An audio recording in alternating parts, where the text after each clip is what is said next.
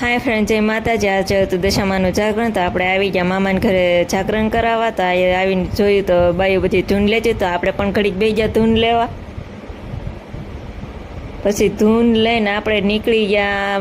દશામાનું મંદિર હતું રોડે, ત્યાં નીકળી ગયા. તો અહીંયા મંદિરે તો છોકરીઓને બાયું બધી જો રાસ ને એવું બધું લેતી છું. તો મને ઘડીક પણ રાસ લેવાનું મન છે, પણ મેં કીધું પહેલાં દર્શન કરી લઈએ માતાજીના, પછી આપણે રાસ લેવા જાઉં. દર્શન કરીને આપણે રાસ લેવા આવી જતો. પહેલાં તો વિયુભાઈ શરૂઆત કરી દીધી રાસ લેવાની.